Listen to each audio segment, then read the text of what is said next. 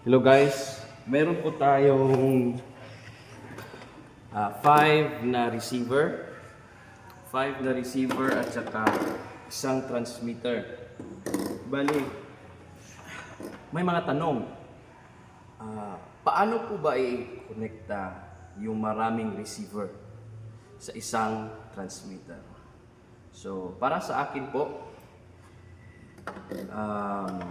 i-off natin i-off natin yung mga receiver natin at saka yung transmitter. Kasi mayroong mga nagsasabi na tsamba daw sila makakonekta sa isang transmitter at saka 5 na receiver. Pero sa amin po, hindi po ito tsamba. Based on experience lang po mga ma'am at sir, kung paano namin ito i-connect yung 5 receiver sa isang transmitter. So, okay, come closer po.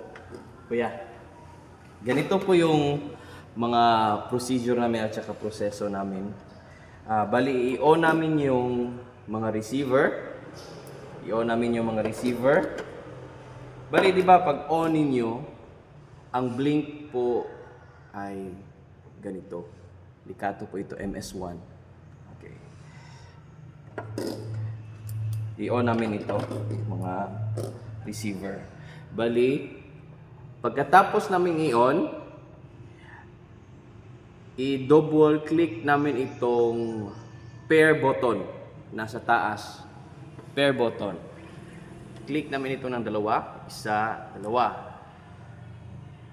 Hanggang mag-blink ng ganito po.